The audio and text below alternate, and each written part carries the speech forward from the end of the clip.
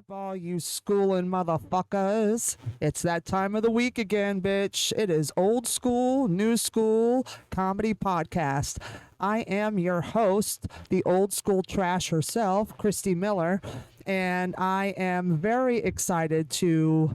Actually, we're starting off Gay Pride Month. Happy Pride to all my kings and queens and theys and thems and its and that's and what's and everybody else I love out there. And we're going to kick off this show with probably one of the straightest men I've ever known. This dude is such a good friend of mine. He's hysterical. He's part of the new school generation, and he's been in it about 10, 11 years now. He's super funny. He's a monster in the scene. He came up quick, and he's made a name for himself. So I want you guys to shout out to my good friend, comic and entrepreneur, Mr. Kenny Warren. Hey, thank you for having me. Appreciate you, you know. I appreciate you, man. Yeah, this might be my first podcast of the year. Oh, look at me. Yeah. Yes, I love it. I'm so glad you're here, dude. We've been through a lot together in the few years that we've known each other. And I've watched you grow so much in the last few years. And it's pretty amazing to watch, and I'm very proud of you. And you're one of the few new schoolers that I've ever met that actually hustles old school. That's because I'm in age. I'm from the old school. Right, you know what exactly. I mean? I'm born 1972, so we the same era. So yes, we are, baby. You know, we come from like, if you work hard and you're gonna win. If you don't win, then you're in last. It's no second, third place. Yep. We're going for first place. If you ain't first, you're last. Exactly. So that era meant you got to work. Yeah, and it's so funny when you see, like, you know, comics that do start out in that new school era of. Can you hit that button on the right on that air conditioner or whatever? Ah, that's perfect. Ah, no more humming in the background. I feel like a Negro spiritual's about to come out that thing. Talk about it. But it's cool though, because your experience in this industry is a different generation than when I started. So, but it's nice to see someone that is in my age group come in that scene with those young kids and just barrel past them because you still maintain that old work ethic. Well, absolutely. Like, coming in as an older comedian, you're not the demographic that the clubs are looking for per se. So you have to figure out how to get on stage, how to build your name up as fast as possible so you can get into the mix. So I had to, start making open mics and creating some shows that were at like restaurants up in Harlem. And, it helped me by being on stage, and it helped me to network by, other comedians. Once you make the show hot and you start getting people out there to the shows, comedians want to be on stage in front of people. And that's how you build relationships if you're a producer. Yes, it is. And, and you said something right there that I just have like the biggest issue with is the ageism. Like, you and I are in that age group that these comedy clubs are like, oh, well, you haven't done it yet. And, oh, well, we're going to kick the new kids that are, they're kind of funny, but they could do something in the future. So we're going to hang on to them. But fuck the older generation, the Gen Xers who have been doing this 20, 30 years that crush rooms. We don't want funny. We want young. And you'll find that a lot of places. It's like a certain look, or, maybe they have a great podcast like this that like gets them in that position where, they get a lot of spots. But, hard work pays off. It's a lot of people in the city that like are out there, and they're banging on doors, they're doing mics, they're getting on shows, and they're doing well, and they're coming up too. So I don't want to say that everyone is just young, good looking people that's making it, but it helps. Oh, that shit helps, man. If I would have known then when I started what I know now, I would have sucked all the dick in Hollywood. Social media though too is different, because oh my God, yes. You could be a comedian and not have anything up of comedy and just get all your followers up. You got an OnlyFans page and you posting things, sexy pictures, and now you got all these followers. And then you can say, I do comedy, and you can get on shows because you got 200,000 followers. Yeah, you could headline the Hartford Funny Bone or something and then put butts in seats because they want to see you spread your legs and do a, an OnlyFans thing, and then they hear you go, knock knock, who's there, bitch? Knock knock, who's there? Pull your pants down. Let me see what you got, ho. No one cares about your voice. You said that, not me. I'm not saying I agree or disagree, but yeah. What is this, Hollywood Squares? I'm just trying. I disagree. The circle gets a square. I'm trying to keep my nose clean. Okay. We got projects we trying to, get cracking. So, Well, I want to talk to you about something that you've done that I have not seen comics accomplish, and that is build a comedy club and your own community. Well, tell us about that, Kenny Warren. All right, so we had this spot down in the village, a nice room that I thought it was always a nice room. People thought it was like, this is just like a bar show. I just knew if you put a little love into it, you could turn into something, So Gabe Dorado and myself, they threw us the reins and just told us, turn it into a comedy place. So we made shows, organized it so it had shows 7 days a week at 6, 8, 10, and midnight. And then we ran open mics at like 4:30. That way, we took the open mic money, invested it in the lights, the sound, and the decor of the place, and we just turned it into a comedy community. People like yourself helped build it. So it wasn't like we built it alone. It was like by the comics and for the comics was our mantra, and we called it the Dojo, and that's how we built it. Yeah, it's almost like it's FUBU for comedy. Right.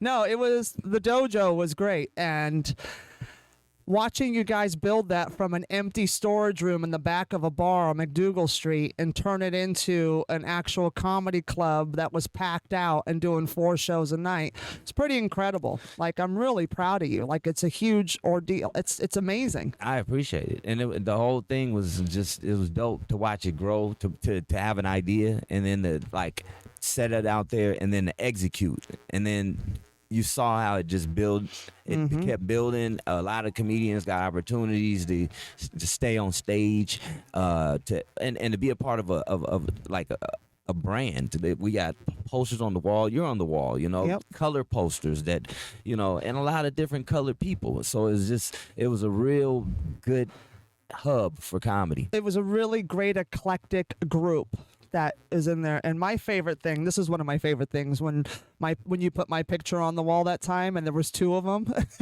See, that lets you know. That you lets helped me build know. that place, though. There was 2 of them. I was like, damn, I'm the only one with 2. That's right, bitch. What? Oh, you had 2 pictures. Remember that? And we had to take one down, and I took one home. They're like, this bitch so funny, we're putting her up twice. I still have it in my room. That's funny. I love it. That did happen. Yep. Yeah. So you saw it too. You was like, I was like, wait a minute, I'm here and there, and you're like, oh shit. It's hard to see it. It's a dark room, so if the lights are out, you don't see who's up there. See, that was like, I showed you love, but then I showed you love extra again. love. See how that It is? was like, you must have had one of those sets. Yep. Where you get on the ground, your feet be in the air and all that. I was like, yeah, she my turned that hosting up. skills and then my closing skills. Hey man, I'm telling you, you guys carried us. You got all the real experienced comics, the 20-year comics that was at the pair relentlessly. You guys was there. You guys was. I could call you late, especially we don't even want to get nobody in trouble. But during the pandemic, it was just hit you up and you guys would come through for me. It was just. Yep. It was great. No, it was an honor to watch you and help you build that, and to see how hard you worked and the blood, sweat, and tears you put into that, and how you made it. And you made it so big they opened a second location. And that was like the icing on the cake to all right, so this thing works. We had it organized, and everything. Sometimes things have to change, and things did, and we're no longer like connected to them in that booking situation. But just I'm still go there and do spots and everything, because if you build something, it's hard to just be like, hey man, fuck that place. You know what I mean? You can't. Even never do that anyway. It's negative energy. Yeah. So and but I've gotten so many phone calls from different locations. Like, hey, listen, man, we want you to come through and maybe take a look at this spot. So we got a new spot, and it's 30th and Broadway. It's called Jewel Thief, and this is the first time I've even told anybody the name of the place. I've just been kind of trying to keep it under wraps for a while. Of course you will. Because I know that people are going to go to the place and be like, oh, I want to run a show there too. Yeah. But no, we got we're running the place, for like 5 days a week. We're going to start out and just, really focus on 2 days of the week and focus our ads on all of that and build that up. And, we're actually starting our first show out. Is going to be a 6 p.m. show on the not the first show, but the second week we're going to have a 6 p.m. show. Just we're inserting that because we got one of our producers. He wants to do an LGBT show with all LGBT lineup. And That's so we're wonderful. We're going to go ahead and let him do his thing. Yep. So, representing. Yeah. Everybody's included. You gotta include people now. Yeah. Make it inclusive. You get more people to come out. Why exclude people? Yeah. Why would you want to alienate possible audience and possible good comics? Hey, funny is funny. If Thank you. funny, you be funny to them too. Mm-hmm. Yeah. I always say nobody cares. Be funny. Exactly. I don't care what your problem is. I don't care what you look like, who you sleep with, what you identify as. If you're funny, then I'm gonna fucking die laughing. Exactly. So yeah, that's what we doing. So we kick off the first 2 days, the 21st and 22nd of June, 8 and 10 p.m. shows. Me and Gabe Dorado. We got a couple of other people that are working with us. Sienna Hubert Ross is running our social media, so we got some young blood to handle that part. To handle that part. To hit those algorithms and all of that stuff. Exactly. That's what you need is like a 12-year-old doing the social media. Man. So, That's awesome. I'm so proud of you. See, Steve, one door closes and a bigger venue opens. And that's the whole thing. You can't it's a moment where you get a little in your feelings because you're like, hey man, we put a lot of like you said, blood and sweat and tears and time into that place. Mm-hmm. You go back through your pictures and you're like, damn, I was at this place all the time. But it's like, I used to be in high school too. Yeah, exactly. So, I was just gonna say that. So and then after high school was over, I wasn't like, I gotta go back there. I gotta go back there. I don't want to leave high school. Yeah, I don't want to leave. This is so cool. How come I'm graduating? Why are you kicking me out? Just because I graduated? Right. Yeah, because now you got college. Now you got your life to lead. Exactly. Everything's a launching pad.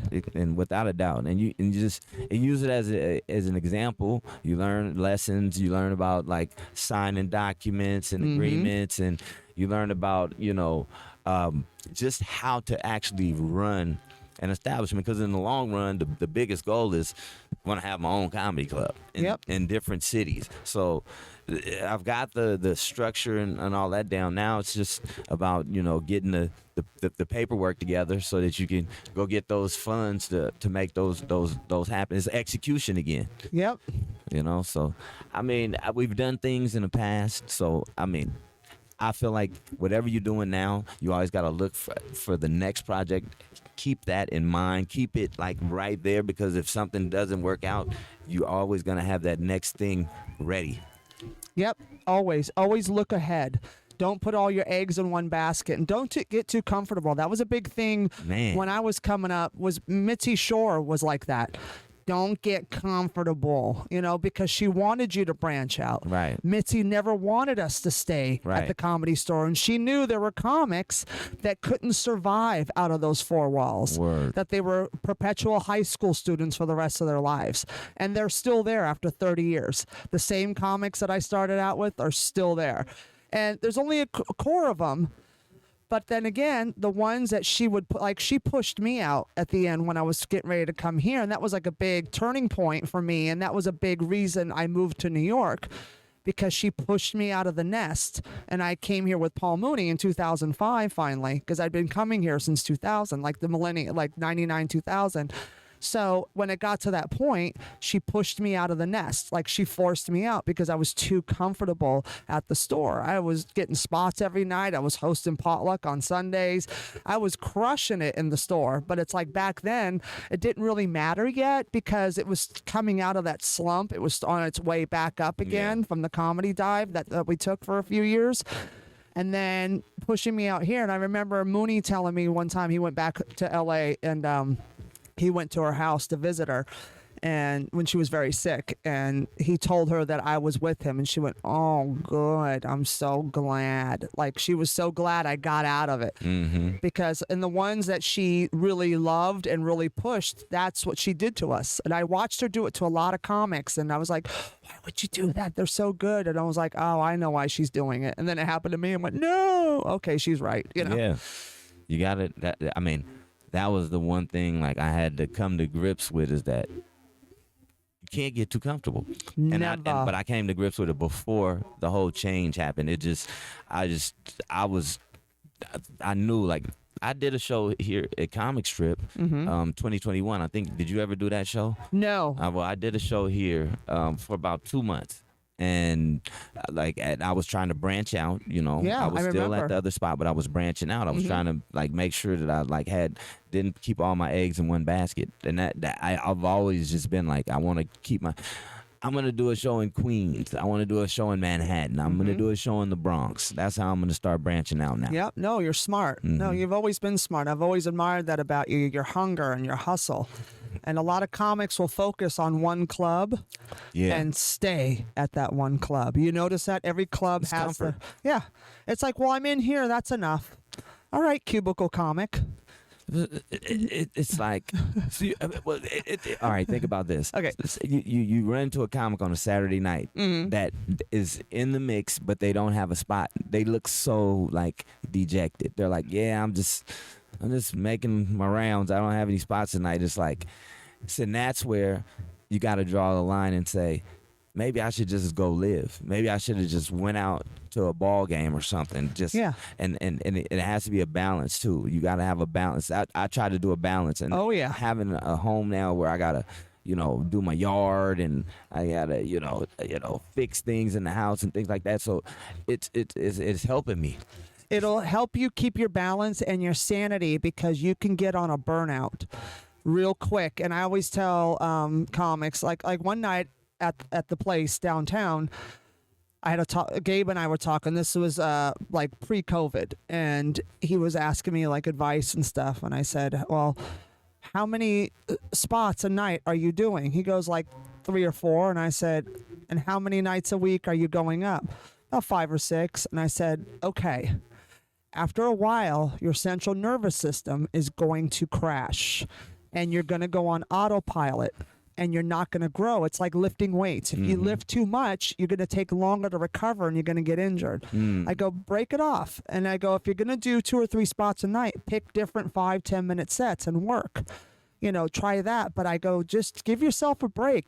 Recharge your batteries. You'll come back stronger, and you'll actually be more creative taking that time down. When I'm not working on a weekend, you know what the hell I do?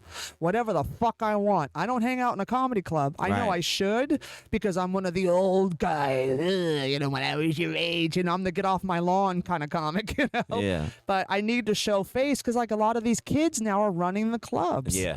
And at the same time, I'm like, I did this for 100 years. I don't, it's like, it's that dichotomy. So I'm like, you know what? I'm going to live my life and write material and work on other projects. Yeah. And when I get a spot, I get a spot. If I don't, whatever. I don't know what to tell you. Yeah. No, I mean, that's another comfort level too, to be like, I've done this. Yeah. I know that, I can, if I decide to get on stage more, I'll do that. But I can do this right here where because like right now, I'm just like, this summer is like, okay, we starting a couple of different new things. I'm not trying to be like overboard with like, oh, I need to get this many spots a week and all of that. Or I'm like, no. If I get, 4 or 5 spots a week right now, it's cool. If not, that's okay too. I know that once, the summer is over with and we get all of our different eggs lined up, and it's gonna be back to a busy schedule, but I'll have it a little bit more where I'll have some people that's working with me, so I can be there most of the time, but sometimes I can take time off. Good. You need it. And it'll actually make you a better comic in the long run. And because you'll have more experiences, like comics that live in the clubs. I go, what are you exposing yourself to? Comics. That's it. So go live your life. Right. Go watch a movie. Go take a walk.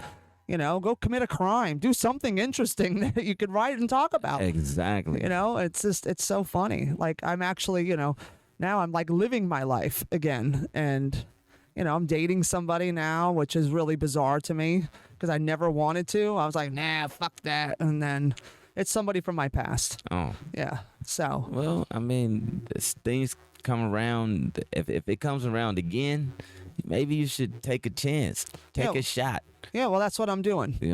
That's what we're doing. We're trying it because back then when we met, it wasn't good timing. Right. It was a really tough time in his life, and now things are changed now because we're both like he's 51, I'm 52.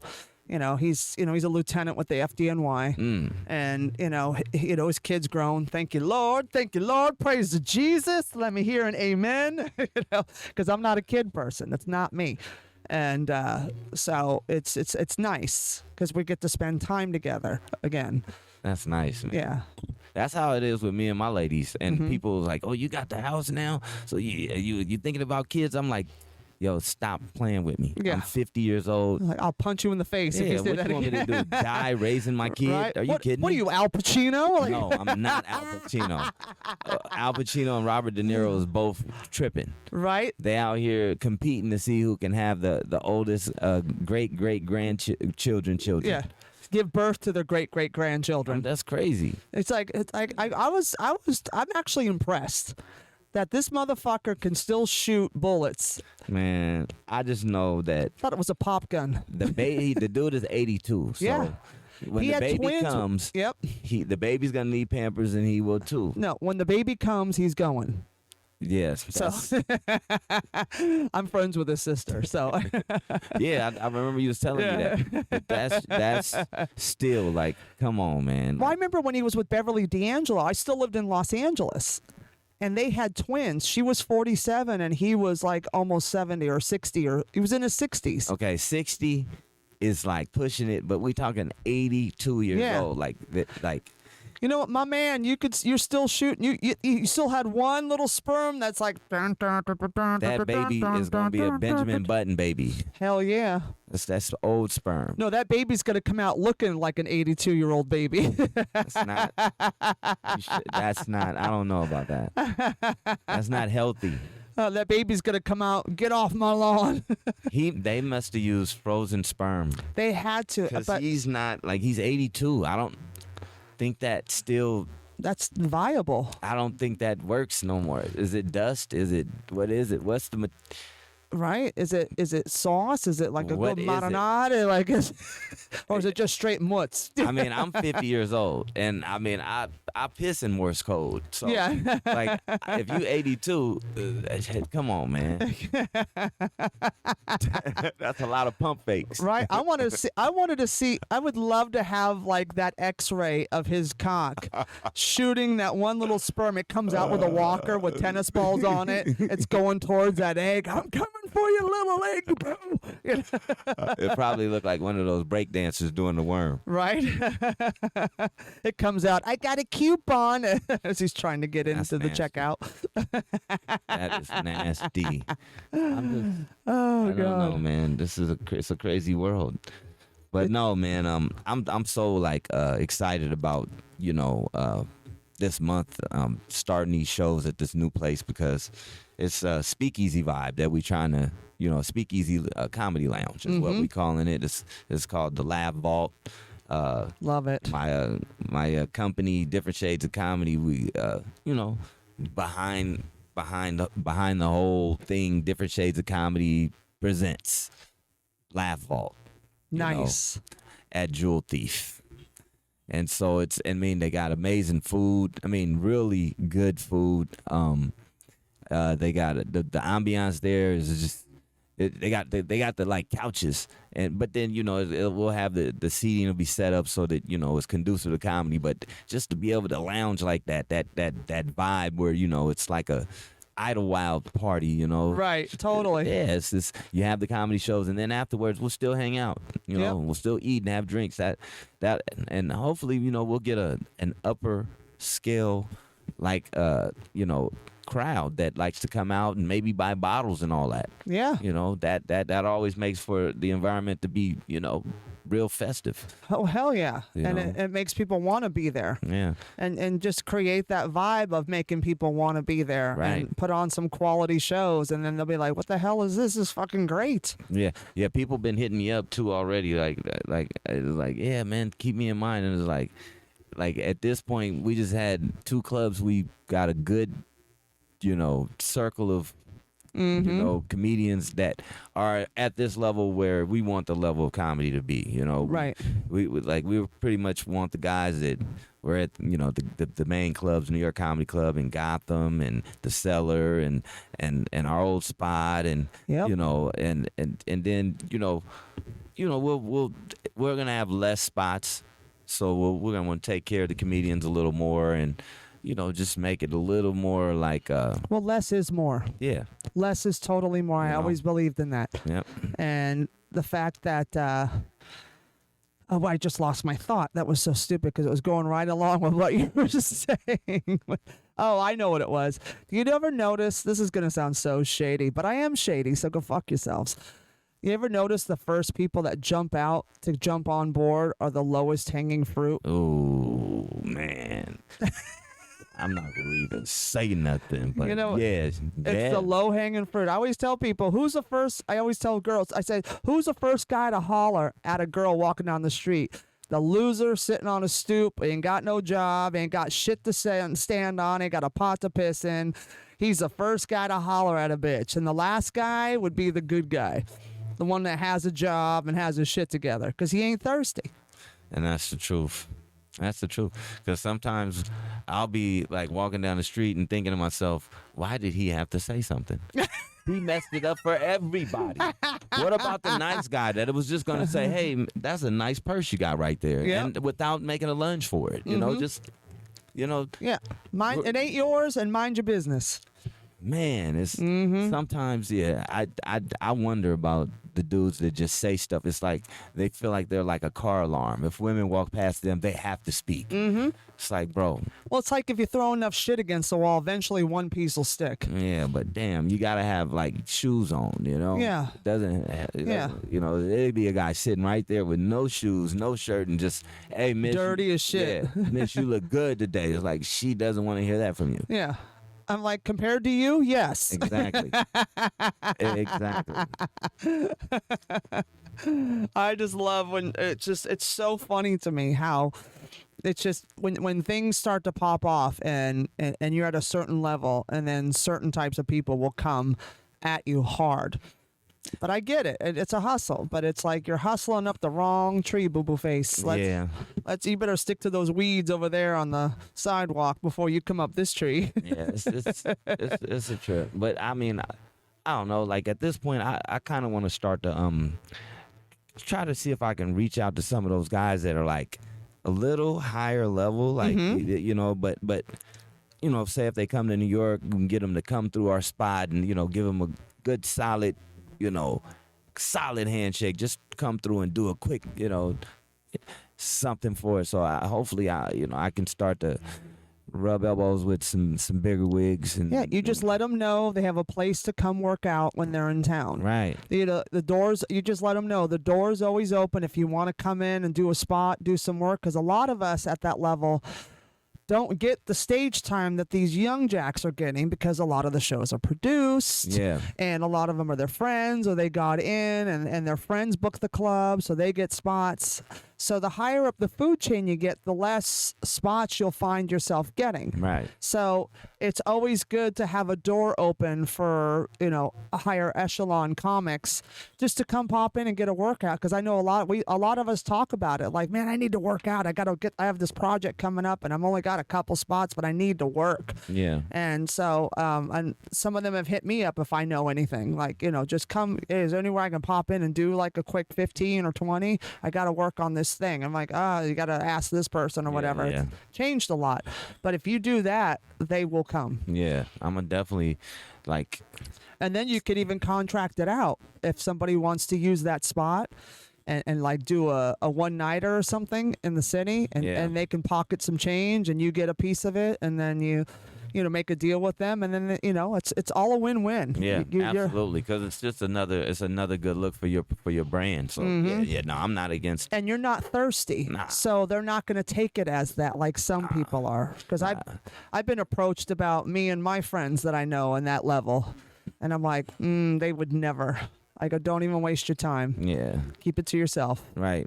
and don't put my name in it because I don't want no part of this. Yeah, people would do that quick too. Yeah, such and such said I should speak to you. He's like, Oh yeah, I'm like, no, they didn't. like, did they? Did they? I doubt it. I don't know. I usually warn people. Look, some idiot's gonna come in and try to use my name. Please don't. Please know it's not me. And just ignore them. I've done that many times. I go, they're terrible. Just let it go. It's- Just smile and nod. Well, you could as a producer, you've kind of heard it all. Mm-hmm. Like I mean, we ran shows downtown for I don't know 6-7 years, and like I've heard every single. Like you don't even like I've heard. Can you tell me your favorite one? You don't. I mean, not it's name names. Like, there's just like 3 favorites. One Okay. Was like Tell me all 3. One was like I have cancer, so I'm trying to get as many spots as I can, because it's and I'm just like. I kind of got mad about that one. I was like, yo, like separate those 2 things, man. Just if you got that cancer, we talk about that, and then we talk about the spots separately. Don't, because I saw the dude like. I saw him like bomb for like 45 minutes at a show that I was hosting. So it was like, and everyone was doing well, and it was just like, so I don't understand how you could feel so free to just be like, hit me up for spots after I watch that, but then to say the cancer thing, and then a lot of people, they'll just be like, yeah, I got this big show coming up, JFL audition, and I just need 5 minutes, and it's like I've never booked this person before in my life, and Right. hit me up like, Out of the blue. yeah, like, hey, And like, not like, hey, how are you, Kenny? I know we Even don't that, talk. it's like- Nothing. It's like, hey, can I get 5 minutes? Yep. Yeah, I like, hate yeah, that. I got JFL. Can I get 5? And it's like, I'm not JFL, like an affiliate of any kind. Like, so like, I'm just running my shows. Yeah. If you come down and there's someone doesn't show up, maybe, but like, it's just kind of, I was just kind of, because they'll tell you about What's the how third big one? of the show. Well, they'll tell you about how big, I got this big show coming up. And But they never tell you what the show is. No, I but just got this big show. And I was just wondering if I could do a little spot on your show. Like, you got this big old show, and you just want to just do a spot on my little show. Yeah. I'm like, I don't know. I don't know. But they never. I love it because when they don't have one, it's like, oh, I got this big show. What is it? Oh no, it's just big. I can't talk about it. It's a big show. Oh, shut up. Yeah. Shut up. You can't talk about it. Why don't you go out and come back in with a better excuse? Yeah, I've heard it all. So. Oh yeah, that's hilarious. Yeah. I remember when I used to do the late night show on Saturdays at the West Side when Gina Savage was still running it. Yeah. And the emails I would get, and I would literally have to say, oh, I don't book it. Gina has to approve it. And if you're not approved, you don't get on. And that was my way of saying, get the fuck out of here. Yeah. Oh man, people. We don't name talk. drop. We've never been friends. And now all of a sudden you're hitting me up. You don't give me nothing, but you ask me every day for shit. Man, Bye. I got that for so many years. And people, they hit me up so much. They didn't realize they were really kind of like thought that I was like their manager, their agent. Because they were like hitting me up for spots like every month. I had a dude that sent me his avails for 3 years, and I only booked him like a couple times. And I was just like, this dude is sending me their avails, and then I didn't ask. Right. And it's just crazy. It's like, man, that's very presumptive. Yeah. And it's not, and he doesn't care that it doesn't work. He just keeps doing it. I'm like, yo, these dudes is crazy. It's just, people, like, they're so thirsty, and they just act like, oh, I'm just going to send it and pretend it, and act like I belong, Right. Manifestation, you got to act like you're there. Oh. Well, I can act like you ain't. How about that? I'm like, if I didn't ask you for that, what are you doing? Yeah, I don't send in avails to clubs that have never asked. And if I ask them and they say no, I just keep it moving. Right. There's 10,000 places to get up in New York City. My God. You know, doesn't matter. It's just, for me, I don't even care what the stage looks like. I'm working on shit. Like the record, I just put my album out March 24th. How'd it Brutally do? Yours on iTunes, Spotify, Amazon Music, Tidal, and wherever you stream your music. Like that plug. And they're already pressing me for the second album. Nice. So, because I signed a 4-album deal. That's So, good. so I'm like, well, I haven't, you know, like the month of May, I've been doing so much PR for the album with podcasts that I've only done like 3 or 4 spots all month because I've been doing like 1-2 podcasts a day. Yeah. Just trying to get out there and get the album out there. So it's doing well. I mean, the feedback and the responses I'm getting from complete strangers is phenomenal. That's dope. And that That's means building the your world brand. to me. Yep. It's all part of my brand. Authentically. Yep. And I have a record company supporting me, but it's I don't have like a big celebrity push or some big, giant comedy club pushing it for me. It's just me. I'm a one-man band. And sometimes that's the best thing. Mm-hmm. I'm a FUBU. What's gonna happen when it clicks and they grab you up? It's no middle person. It's just me. Got their hand out. It's all you. So Yep. Just keep doing what you're doing. Oh yeah. No, you know what to do. Oh yeah. I've been in this game 27 years. Yeah. It's just I just march to the beat of my own drum, because I am a woman. And here's a great interesting thing I want to ask you too. I always ask this of every guest. You know, especially like the female comics and stuff, and male comics. I ask, like, when it comes to because you produced a lot of shows and started comedy clubs and did all this stuff. And the thing I love about you is you don't give a fuck if it's male or female. It's funny. Yeah. And do you find how female, I don't want to say this to be too rude, but like some female comics that use their feminine wiles to get spots? I've seen it. Mm-hmm. It's happened. Mm-hmm. It's even worked on me. But one thing But you're is a man. It should. after like two times, it's like third time they bomb. It's like I can't. Like I gave them an opportunity to get better. Mm-hmm. Gave them time in You between. gave him 3 chances. And it's like I can't keep booking and paying this comic for them to go up there and without any like clues of like how to open, how to How to host a how to room. close. Yeah. Hosting too. It's a lot of people. Yep. People they try. Hey, I can host and all that. And no, everyone can host. No. It's a different muscle than Yep. doing a spot. You Yep. you have different responsibility. Mhm. The show isn't about you. You Yep. have to You're the make it about the crowd to start out. You're the conductor of the band. Yes. And your show is only as good as your host. And a lot of people come out and they try to just tell jokes, and then the jokes don't work, and then they try to lash out the crowd. Now the crowd is Defensive. weirded out and Yeah. defensive, and now the whole show is weird, and everyone keeps saying that the crowd is weird, and it's like it's just No, it's not the crowd's fault. It's your fault. exactly. And the comics that blame crowds, I mean, every once in a while you'll find just a shitty crowd. And the comics, you can see them busting their ass trying to win them over. And I Yeah. watch and I'm like, just some crowds just don't get it, especially with these Gen Zers that really the formative years, like coming out of school and stuff, was through COVID. So how did they watch comedy? On a computer screen, Yeah. on their phones. So they don't know how to be out. And I experienced that on Saturday night, last night. I experienced a young crowd, and they literally said, "We've never been to a comedy show before," and they didn't know how to react. Damn. But they were adorable. I had a blast. You know me, I had a blast. Yeah. And I wore them out. But it was just interesting to hear them go, "We've never been to a comedy show before. We didn't know what to expect."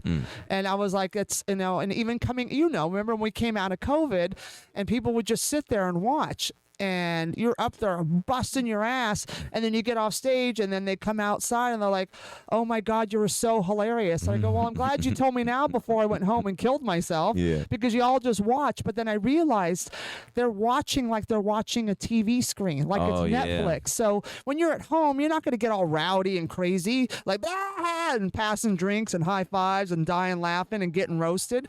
You're sitting there watching and go, "Wow, that's really fun. Oh my God, that's hilarious." Yeah.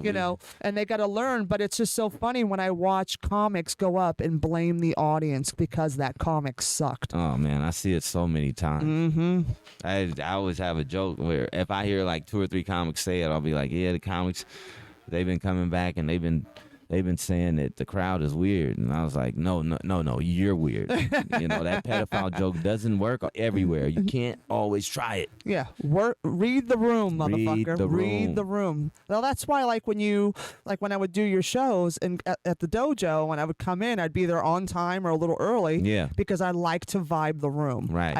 I don't watch them. I feel their energy. And I listen to the MC and I take notes where everybody's from, because there's nothing more annoying than every single comic going on stage going, where are you from? Where are you from? And I'm like, we don't care where they're from anymore, you prick. You should have been here on time. Yeah.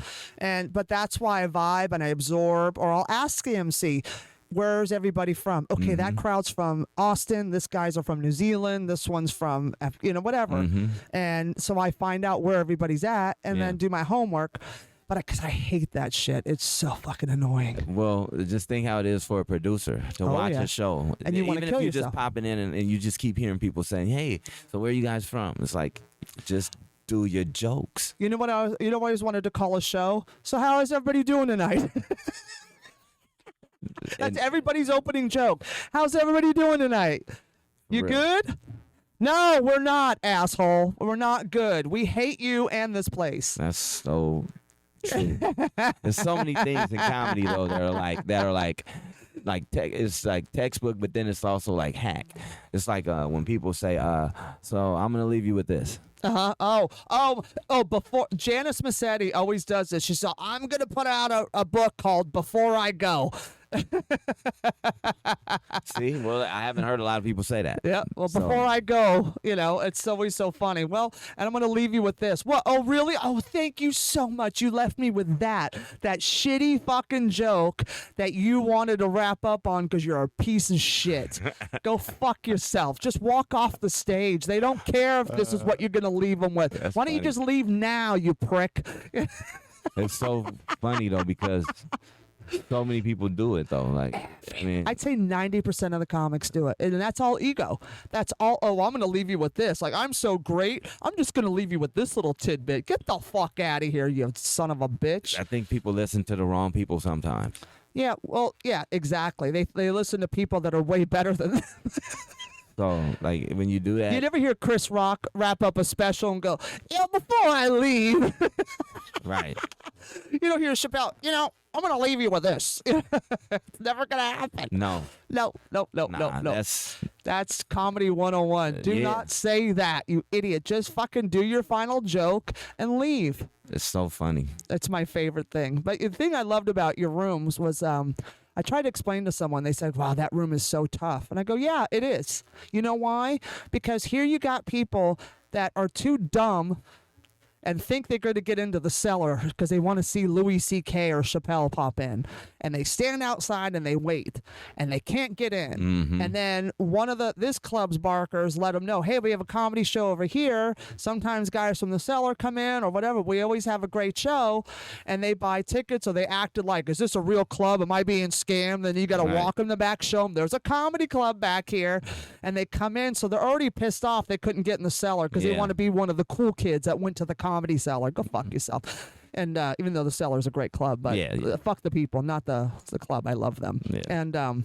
And they come in, so they're already uptight. They think they've been scammed in a back room and they're going to get kidnapped into a cult or something. So they're sitting there, and then the MC goes up with a half shirt on and has no jokes and shaking her tits. Oh. And it's like, and where are you from? Oh my God, I'm so hot. Oh my God. And then, and she's bombing like fucking Syria. And then she's going to bring up the first act, which my favorite was like, when you would put me up first, you're like, just take the bullet. I'm like, oh, I'll go wake them up. I gave people chances. Yeah, you did. You gave a lot of people You gave people chances that nobody else would have. You're a good man, Kenny Warren. Gave people chances, man, and then we changed. Yep. And then you just like, you know what? Tough luck, bitch. You gotta people have to work on getting better. Yeah, they think just because they have followers, they're funny. I have 20,000 followers, yeah, but are you funny? Can you go up and do you have more than 3 minutes of material? Yes or no? More than no, 5. you don't. You don't. So just stay in your lane until you get 5 minutes and then call us. 5 minutes, it takes most people at least a year and a half to get a good 5 minutes. And when you're new at it, when you are under 10 years, it takes that long because you're still figuring out who the fuck you are up there. It takes 10 years to discover your voice and your point of view. So that first 0 to 10, wipe it out. It's gone. Or take those old jokes and revamp them into your newer voice. Yeah. And then you spend 10 to 20 years writing for that voice that you found. And then from 20 to 30, I'm approaching 30, which I'm excited because when you hit 30, it's this euphoric where everything you say is a closing bit. Right. And, and it's so amazing to be at that level, but it's like, it takes time. It's levels. It's time. And these kids, like for 5 minutes for me, I can write in one day. Yeah. Go on stage, I'll have a new 5-10 minutes because I've been doing this 27 years. And these kids act like I'm a year and a half in. Well, yeah, it's going to take you a year and a half for that 5 minutes. No, they think. And give yourself time. I got a new 5 I'm working on. I'm like, Oh my God! One time, you're gonna love this. I was in Brooklyn. They had an open mic before the show at this little spot in Brooklyn Heights, and it's fun because I work there a lot just because I use it to work out, and they give me a half an hour. So they had the open mic first, and I was like, all right, I'll go up on the open mic and fuck around, and then I'll do the show later, right? So this guy goes up, he goes, I'm going to work on this new joke. I said, motherfucker, all your jokes are new. You son of a bitch, you're fucking new. Yeah. You don't have any fucking tried and true material, you idiot. Just sit down. The whole place went nuts. Like, because you know me. Yeah. You've known me for a long time. Oh, man. I love my favorite thing to do to Kenny Warren is when someone's on stage, I'll roast him just for Kenny, and he'll go, "Shut the fuck up." I'm like, yo, oh man, because people, I do it just for you because your reaction is my favorite thing in the world. You have no filter. Nope. And I like it. Because it's a lot of times what I'm thinking, so I'm like, she can get away with that shit. Yep. Me, I'll get canceled, but me, I will laugh. Yes, you will. I will laugh. I remember one night we're down at the dojo, and this comic walked in, and I couldn't stand him, and I didn't say a word, and he walked in, and then he turned and walked out, and you looked at me and went, "You can't play poker." I mean, that made me laugh so hard. I was like, damn, what happened? Yo, you can't Something play poker. happened. Yeah. I can't hide my emotions. Something happened. That's all I knew. You always know where somebody stands with me. Just look at my face. Just look at my reaction. I don't hide it. I can't. So before we wrap this up, I always ask my comics, is there a joke that's your favorite joke that a comic has written that you wish you had written? Oh, I mean, it may be because I just saw this joke recently. Okay, that's fine. But Johnny McDonald, I just did a show with him in Long Island. Mm-hmm. And he said, man, during the pandemic, I lost my dog. And then they was like, oh, he was like, yeah, man, DMX.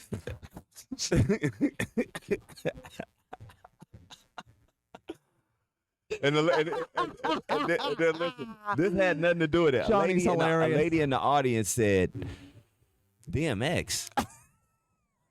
What's that? He said, white lady. What's DMX? He said, oh, it's a drug you take, and when you take it, it makes you bark like a dog. Oh, I'm dead. I was like, this is fire right here.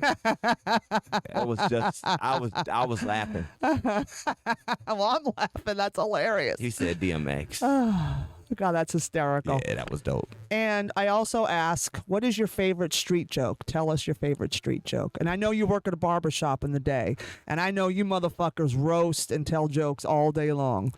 You gotta have a favorite. I mean, the main thing that we like talk about at the barbershop is that like the dudes in the wheelchairs, man, they just got they cleanest shoes ever. And if they don't have clean shoes, that means they can really walk. They frontin' with that chair. Yep. Oh, I love you, Kenny Warren. I love you too. Thank you for doing the Old School New School Hell Comedy yeah. podcast. You're my homie. You're my family for life. And we ain't done yet. Oh, no, we're just getting started. And I want you to tell everybody where we can find you on the socials. Okay, you can find me at Instagram at _ the above average black man. You can find me on Facebook at Kenny Warren, and you can find comedy shows at the Lab Vault, New York City, 30 West 30th, Jewel Thief. Fantastic. And you have any big shows coming up before then? No, we just got the shows. The first 2 shows kick off the 21st and 22nd. That's Wednesday, Thursday. And where can they get tickets for that? And is there a website? Or The website, it'll be up tomorrow. It's the Laugh Vault and .com, and shit. We hope to turn that into the next hub. Yes, and you will. I know you will. Yes. And I can't wait for it to open. I can't wait to be a part of it. Thank you. You guys, thanks for listening. Thank you, Kenny Warren, for joining us. We've been Old School, New School Comedy Podcast, and we will talk at you next week. Deuces.